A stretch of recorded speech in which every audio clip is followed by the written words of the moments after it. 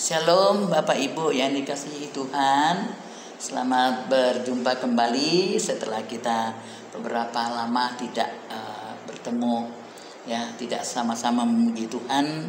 Tapi saya percaya semua kita masing-masing di rumah tetap berdoa kepada Tuhan. Ya, saya percaya bahwa Tuhan selalu memberikan kita kekuatan sehingga sampai pada pagi hari ini. Dan dalam kesempatan ini kita akan kembali sama-sama merenungkan beberapa ayat, ya, yang akan menjadi pedoman kita untuk melangkah lebih jauh menghadapi tantangan saat ini. Mari kita baca di dalam Roma pasal 5 ayat 1 sampai yang ke-5, ya. Yang berbunyi sebagai berikut. Hal pembenaran. Sebab itu kita yang dibenarkan karena iman, kita hidup dalam damai sejahtera dengan Allah oleh karena Tuhan kita Yesus Kristus. Oleh Dia kita juga beroleh jalan masuk oleh iman kepada kasih karunia ini. Di dalam kasih karunia ini kita berdiri dan kita bermegah dalam pengharapan akan menerima kemuliaan. Dan bukan hanya itu saja, kita malah bermegah juga dalam kesengsaraan kita. Karena kita tahu bahwa kesengsaraan itu menimbulkan ketekunan. Dan ketekunan menimbulkan tahan uji. Dan tahan uji menimbulkan pengharapan. Ayat 5, dan pengharapan tidak mengecewakan. Karena kasih Allah telah dicurahkan di dalam hati kita oleh Roh Kudus yang telah dikaruniakan kepada kita. Ya, ayat ini berkata bahwa kita harus tetap bertekun di dalam Tuhan. Kita harus tetap bermegah di dalam Tuhan. Walaupun kita menghadapi situasi yang seperti saat ini, ya, yang menakutkan bagi kita. Tetapi karena kita punya Tuhan, kita punya Bapa yang sudah mengasihi kita dengan memberikan anaknya yang tunggal, yaitu Tuhan Yesus, yang sudah mati dan bangkit kembali. Kalau Yesus dibangkitkan kembali, berarti melalui kehidupan Yesus, kebangkitan Yesus, kita juga akan mendapatkan apa yang dijanjikan Tuhan, yaitu kemuliaan, ya. Karena jelas sudah dikatakan di dalam kasih karunia kita berdiri dan kita bermegah dalam pengharapan akan menerima kemuliaan. Jadi kita tidak sia-sia. Sebab itu tetaplah bertahan di dalam Tuhan. Tetaplah setia kepada Tuhan. Tetaplah tekun di dalam doa. Bukan itu saja, kita malah bermegah juga dalam kesengsaraan kita. Jelas bahwa kita tidak hanya bermegah di dalam berkat-berkat Tuhan atau kemuliaan yang dijanjikan, tetapi dalam kesengsaraan juga kita harus bermegah. Artinya dalam situasi seperti ini kita mau tetap bersyukur kepada Tuhan. Kita tetap bangga kepada Tuhan. Kita tetap mengandalkan Tuhan. Kita tetap berharap kepada Tuhan. Karena Tuhan tidak akan pernah meninggalkan kita.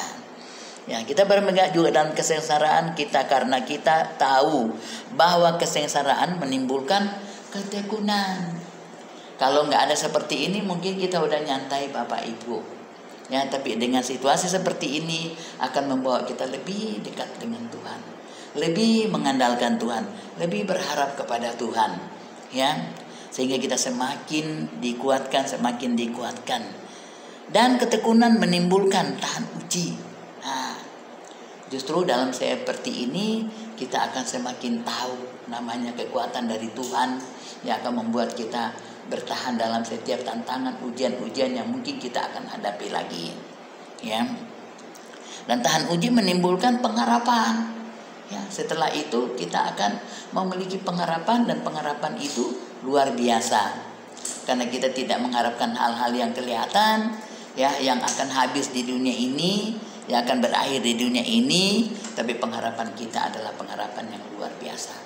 Karena pengharapan kita yang tidak hanya di dunia ini, pemeliharaan Tuhan, perlindungan Tuhan, ya, kekuatan Tuhan atau berkat Tuhan, tapi pengharapan kita adalah akan bersama-sama dengan Tuhan dalam kerajaannya, yaitu dalam kemuliaan yang sudah dikatakan tadi. Ya, kita akan bersama-sama juga dalam kemuliaannya. Jadi itulah yang luar biasa kalau kita ada di dalam Tuhan. Sebab itu saudara yang dikasihi Tuhan, melalui kesempatan ini, ya, santapan rohani ini, santapan rohani singkat ini, kita mau terus, ya, bertekun di dalam Tuhan. Teruslah, jangan berhenti, jangan pernah menyerah, jangan pernah putus asa, jangan pernah kecewa. Kenapa harus terjadi seperti ini? Tapi belajarlah bersyukur kepada Tuhan. Karena dengan bersyukur kita akan mendapatkan kekuatan yang baru dari Tuhan. Dengan bersyukur hati kita akan penuh dengan sukacita. Dengan bersyukur kita akan melihat bahwa Tuhan itu ada bersama-sama dengan kita dan Dia tidak pernah tinggalkan kita. Kita boleh ditinggalkan oleh orang-orang yang kita andalkan dalam dunia ini, tapi Tuhan tidak pernah tinggalkan kita. Dia selalu ada di dalam kehidupan kita. Dia selalu ada di dalam hati kita, memberikan damai sejahtera, memberikan sukacita, memberikan ketenangan, sehingga kita dapat tetap tenang walaupun di tengah-tengah badai, ya, virus corona saat ini. Dan saya percaya Tuhan Yesus tidak akan pernah tinggalkan kita. Dia berkata begini, aku tidak tinggalkan kamu piatu, tapi aku kembali lagi, atau aku bersama-sama dengan kamu. Jadi Dia bersama kita, ya, dari sekarang ini dan sampai selama-lamanya. Dia akan tetap ada bersama-sama dengan kita. Dia tidak akan pernah tinggalkan kita. Dia tidak akan pernah mengecewakan kita. Dia tidak akan pernah biarkan kita. Tapi Dia akan selalu ada, memberikan kita kekuatan baru hari lepas hari. Haleluya. Itulah renungan kita pada saat ini. Tuhan Yesus memberkati. Mari kita berdoa bersama-sama. Bapa di surga, terima kasih pada saat ini Engkau memberikan kami kesempatan untuk bertemu, oh Tuhan, haleluya, anak-anak-Mu semua. Kami percaya Tuhan, pemeliharaan-Mu tidak pernah, haleluya, terbatas, tidak pernah berakhir. Pemeliharaan-Mu dalam keadaan apapun, kami tetap percaya pemeliharaan-Mu, pertolongan-Mu, perlindungan-Mu Tuhan.